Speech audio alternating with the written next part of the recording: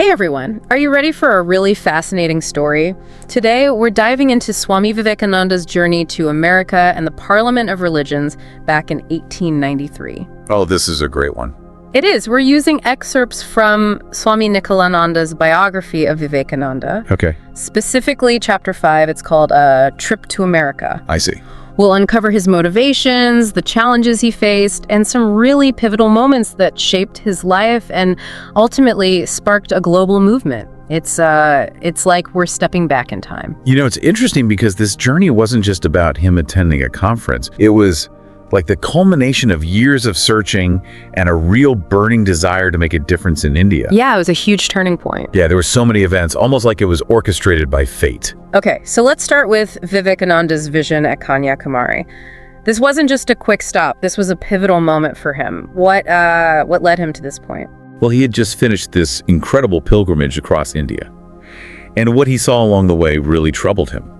The poverty, the social injustices, the effects of British rule. And all of that just fueled this intense desire in him, this mission to uplift India. And it wasn't through political means, right? Yeah, he believed the solution was in revitalizing India's spiritual core, like empowering people through things like education, healthcare, even technology. Wow. That's interesting. It's not what you'd typically expect, right? This connecting spirituality with practical solutions. Yeah, I mean, he was really ahead of his time, you know, and this whole vision crystallized at Kanyakumari. He later described himself as a condensed India at that moment, like he was carrying the hopes and burdens of his entire nation. So he felt this immense responsibility for India's future. Yeah, and he realized that change had to come from within, you know. But India also needed help from outside to deal with the immediate suffering. It was a very complex realization. It set him on a new path. The biography also mentions this intense encounter that he had during his travels.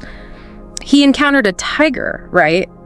How did that shape his perspective? Oh, that's such a fascinating story. Yeah. So he was lost in this forest, deliberately fasting, you know, to test his faith. And then a tiger approaches him. Oh, wow. And he saw it as his destiny. Like he was meant to be sacrificed for his perceived failures. Wow. But then the tigers just turned away. Really? Yeah. And for Vivekananda, that was a sign. It was like a confirmation of his purpose. It reinforced his commitment to helping India and finding solutions to these problems. So it's almost like he got a second chance. That's a powerful image. And this journey, it wasn't just about introspection, was it? It seems like he was constantly learning and being challenged. Yeah, he was. His travels were almost like a crash course in cultural relativity. Okay. He saw all these different social customs, like polyandry in Tibet, which, you know, initially shocked him. But he always made an effort to listen and understand why people did things the way they did. He considered their culture and context. Yeah. And this really broadened his worldview. Absolutely. He was constantly challenging his own assumptions. Yeah. So even before he got to America, he was already wrestling with these complex social issues and questioning what he thought he knew. That open-mindedness must have been crucial later on. Oh, absolutely. What else stands out to you from this early part of his journey? Oh, well, there's this really humorous anecdote. He's on a train. Some Englishmen mistook him for an illiterate beggar, you know. Really? Yeah, and they start mocking him. But they were quite surprised when he spoke perfect English with the station master. It shows his wit and his ability to challenge these stereotypes. That's great. But amidst all the lighthearted moments, there were some really powerful encounters too. Yes, definitely. Like the story of the outcast who offered him food. It's such a poignant reminder of the social injustices in India. Yeah. I mean, that story really highlights the harsh realities of the caste system.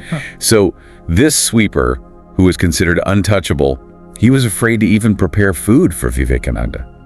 You know, he thought he would pollute him. Wow. But Vivekananda insisted that he did. He recognized the man's goodness despite how society treated him. Right. It speaks volumes about Vivekananda's empathy and his commitment to fighting those kinds of hierarchies. It's clear these experiences shaped his vision for a more inclusive and just society. But how did this all lead him to America? Was it a straightforward decision? Oh, not at all. When people first suggested he go and represent Hinduism at the Parliament of Religions in Chicago, he was hesitant. Why? You know, he was a monk. He wasn't looking for fame or fortune. He was really concerned about where the money for the trip would come from. And he didn't want his ambition to overshadow his true purpose. So what changed his mind? What made him decide to go on this journey? Well, a few things happened. First, he had this very vivid dream. He saw his spiritual mentor, Ramakrishna, walking into the ocean and beckoning him to follow. Okay. And he interpreted this as a divine call to action. Wow. So then he went to Sarada Devi, the Holy Mother, and asked for her blessing. And she confirmed that it was Ramakrishna's wish for him to go to America. So it was like he was being guided toward this destiny. It does seem that way. And then one of his disciples, the Raja of Khetri, offered to sponsor his entire trip. He even gave him the name Vivekananda. It means the bliss of discrimination. So it was like all the pieces just fell into place. But it must have been hard, leaving everything behind to go to an unknown land. Oh, it was a huge decision. There's this very touching scene at a train station. He's saying goodbye to his brother disciples, and he confides in them about his anxiety. Oh. He was deeply troubled by India's suffering, and he felt so much pressure to find solutions. But he also saw this journey in a chance to learn new things and bring back resources to help his people. It was a mission driven by love, not personal gain. So he left with a heavy heart, but a clear purpose. What was it like for him to see the world outside of India for the first time? Well, in his letters, he sounds like a kid in a candy store. He was just filled with wonder and excitement. Really? Yeah. He explored all these bustling ports, Colombo, Singapore, Hong Kong. He was fascinated by the cultural differences and marveled at the things that he saw. He even had these funny observations about Chinese family life. He sounds incredibly adaptable, taking it all in with a sense of curiosity. Oh, he was. But even amidst all these new sights and sounds, his thoughts always went back to India. Right. He wrote letters, urging his people to rise to the challenges and calling for unity and a renewed sense of national pride. It's amazing how he stayed so connected to his purpose, even when surrounded by these new cultures. So he's on his way to America, full of hope, carrying this huge responsibility on his shoulders. Yeah. But things don't always go as planned. And in Vivekananda's case, his arrival in Chicago was just the beginning of a whole new set of challenges. Oh, yeah. Welcome back, everyone. So we left off with Vivekananda arriving in Chicago, excited to share his wisdom at the Parliament of Religions. But things didn't quite go according to plan, did they? Not really. You got to remember, this was 1893. Communication wasn't as easy as it is now. And his supporters back in India, well, they were really enthusiastic. But it seems like they missed a few details. Like what? Well, for starters, the parliament had actually been postponed, but nobody told him. Oh, wow. So he arrives ready for this big event and it's delayed. Exactly. And it gets even more complicated. It turned out that participants needed formal credentials to attend, which, well, he didn't have. Really? Yeah. Everyone just assumed his knowledge and his presence would be enough. Wow. Talk about a big oversight. So he traveled all the way to America without the right paperwork. What did he do? Yeah. He found himself in a tricky situation. He was running low on money and needed a place to stay. He even reached out to the Theosophical Society for help. Okay. But they wanted him to agree with their doctrines, which he wasn't willing to do. So he stayed true to his principles, even when facing these setbacks. That's pretty admirable. It is. He ended up sending a telegram to his friends in Madras, asking for some financial help, and decided to go to Boston. He thought it might be cheaper there. Okay. And of course, even that train ride turned into an interesting encounter. Oh, I was hoping you'd say that. What happened? Well, his appearance, the orange robe and turban, Yeah. It really stood out. This wealthy woman named Kate Sanborn noticed him and invited him to stay at her home. She was really fascinated by him. That's amazing. From financial strain to being a guest in a wealthy household, what a turn of events. It was, but it wasn't all smooth sailing. He was grateful for Miss Sanborn's hospitality, but he found that a lot of people were more interested in the exotic aspects of India than its spiritual depth. They kept asking him questions based on these sensationalized stories they'd heard. It sounds like he was experiencing the downside of cultural exchange, the tendency to exoticize and misunderstand what's different. Did he manage to connect with anyone on a deeper level? Oh, he did. He met this woman, Mrs. Johnson, who was the superintendent of a women's prison.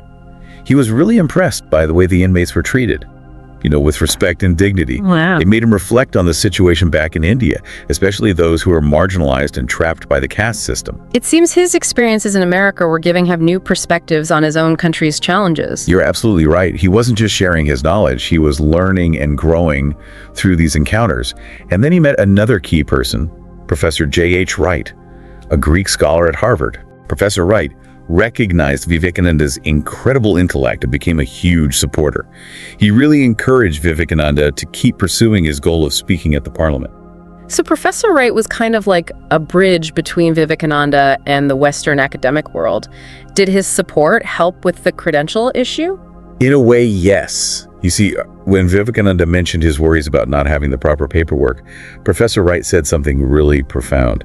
Oh. He said, "To ask you, Swami, for your credentials is like asking the sun about its right to shine." That's a beautiful quote. Isn't it? He understood that Vivekananda's wisdom and his presence spoke for themselves. Credentials were secondary. Yeah. So with Professor Wright's encouragement, Vivekananda eventually went back to Chicago. But knowing his journey, I'm guessing it wasn't that simple. You know it. He got there late at night, and he couldn't find the address for the Parliament Committee. And of course, no one understood him. And to top it all off, he didn't have any money for a hotel. It's incredible how every step forward seemed to come with a new obstacle. Yeah, it really tested his resilience. He ended up sleeping in a freight wagon in the train yard. Can you imagine that? The future voice of Vedanta in a freight wagon. It's a striking image, the contrast between his spiritual stature and the reality of his situation. It is. So the next morning, he was tired, hungry, and set out to find the Parliament grounds. He was hoping someone would help him out. But you can imagine his clothes were dirty, he hadn't shaved, he probably didn't look very approachable. Oh, that's heartbreaking. After everything he'd been through, he was basically treated like a vagrant. Did anyone help him? Yes. As he was sitting on the sidewalk, exhausted, this woman, Mrs. George W. Hale, saw him from her window. Oh, good. She invited him in, gave him breakfast, and listened to his story. Thank goodness for Mrs. Hale. It's like she appeared at just the right moment. You know, it really does seem that way. And she didn't stop there. She recognized his intelligence and his genuine spirit right away. Okay. She personally took him to the Parliament offices and introduced him to the president, Dr. Barrows, who happened to be a friend of hers. Talk about fate. That's amazing. One act of kindness set off this chain of events. Did this finally solve all his problems? It did. With Mrs. Hale vouching for him, Vivekananda was accepted as a delegate and found a place to stay with his lovely family, the Lyons. Against all odds, he had finally made it to the Parliament of Religions. What a relief. He really went through so much to get there. It makes his eventual success even more meaningful. I agree. And this is where things really start to take off for him.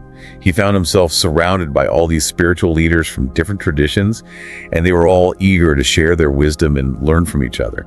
Before we move on to the Parliament itself, what stands out to you most about this part of his journey? I think what's really remarkable is how all these challenges, the kindness he encountered, and the cultural clashes shaped his understanding of the West. He saw both the good and the bad, the generosity and the prejudice. And it really enriched his perspective and how he approached building bridges between the East and the West. He wasn't just there to share his own knowledge, he was learning and adapting along the way. What a powerful reminder that even the most profound journeys are often influenced by seemingly small encounters. Exactly. And these experiences gave him a unique perspective, this blend of Eastern wisdom and Western practicality that really resonated with the audience at the Parliament. But that's the story for our next segment. Okay, we're back. I'm really excited to hear about the Parliament of Religions. It's been quite a journey just getting to this point. Oh, it definitely has. And remember, this was more than just a regular conference. This was the World's Parliament of Religions in 1893. Yeah. A huge, groundbreaking event. I mean, it was the first time that leaders from all the major world religions were coming together to share their beliefs and, talk to each other respectfully. It must have been an incredible atmosphere. What was it like for Vivekananda to finally be there after all he went through? Can you picture it? He's on stage with all these famous scholars and religious figures from around the world. Right. But he stands out not just because of his clothes, but because of what he says. Right. His message wasn't just about Hinduism, it was about the universality of spiritual truths. He was saying that all religions, at their core, are paths to the same ultimate reality.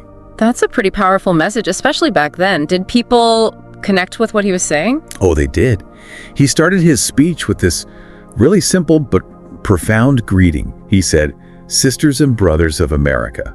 Oh, wow. And that just created this instant connection. It was a gesture of unity and acceptance, really different from how people usually thought about religion back then. More. Like one religion is the only right one. It sounds like it set the tone for his whole speech. This ability to connect with people on a human level, beyond all the differences. Exactly. And he went on to explain these core Vedantic concepts like karma and reincarnation, but he did it in a way that Westerners could understand. For example, he talked about karma as the law of cause and effect, like you reap what you sow, which you find in a lot of different traditions, right? Right. And reincarnation, he didn't just present it as a Hindu belief, he explained it as this logical idea that the soul keeps evolving, which is something you even find in some parts of Christianity. So he was finding these common threads, connecting these different beliefs. What else stood out to you about his message at the Parliament? He kept emphasizing this idea that everyone has this inherent divinity within them, no matter who they are or what they believe. And this really resonated with the Parliament's overall message of harmony between religions. It went beyond just tolerating each other. It was about celebrating our shared humanity. He even spoke about this Hindu concept called Vasudhaiva Kutumbakam. Vasudhaiva Kutumbakam, what does that mean? It means the whole world is one family. Wow. I feel like that idea is so relevant today, even more so than back then. I agree. And it wasn't just what he said, it was how he said it. He was so eloquent and humorous, and you could feel his conviction. There are reports from the event that people were literally moved to tears by his words. It sounds like a real turning point, not just for him, but for the way Hinduism and Eastern spirituality were viewed in the West. It was. He challenged so many stereotypes, he made people curious, and he opened their minds to new ways of thinking about spirituality. And of course, he became super famous overnight. Everyone wanted to hear him speak. Yeah, this one event launched him onto the world stage. But his work didn't stop there, did it? Oh, no. The Parliament was just the beginning. He spent several years traveling all over America and Europe, giving lectures and teaching. He even founded Vedanta societies. Okay. He basically paved the way for Vedanta philosophy to spread to the West, which is something that continues to this day. So looking back, what are the biggest takeaways from his journey? What can we today learn from what Vivekananda did all those years ago? Well, on a personal level, his story is so inspiring. It teaches us about perseverance, staying true to our values, and being open-minded when we encounter new things. He didn't let setbacks break him, and he never stopped learning and growing, which ultimately I think made his message even stronger. That's a good point. And how about on a global level? What can we learn from that? His journey shows us how important it is to talk to each other and understand each other, especially in a world that's becoming more and more connected. Despite our differences, we all share this common humanity. And spiritual truths, those can go beyond cultural boundaries. It's like he was a pioneer for interfaith understanding, a voice for a more unified and compassionate world. Absolutely. And his message is so relevant even today. I mean, with all the conflict and intolerance in the world, his message of unity and compassion and recognizing our shared humanity is more important than ever. Well, this has been such a rich and inspiring deep dive. From his personal struggles to his impact on the world, Vivekananda's story really shows us that one person with a vision, some perseverance, and a lot of compassion can make a real difference. Yes, and his journey also reminds us that true spirituality goes beyond just personal growth. It's about going out into the world, making it a better place, and helping others selflessly and lovingly. I think that's a perfect way to wrap things up. As you continue on your own journey of exploration, remember Vivekananda's message: unity, service, and striving for a more just and compassionate world. Thanks for joining us on this deep dive. I hope you like this chapter. We need volunteers and sponsors to create content with even better quality and with more variety. If you wish to join this initiative as a volunteer or sponsor, please click the links given in description below. To help us reach more viewers, please like, comment, share, and subscribe to Biography Central. Thank you for your time. It means a lot. Namaste.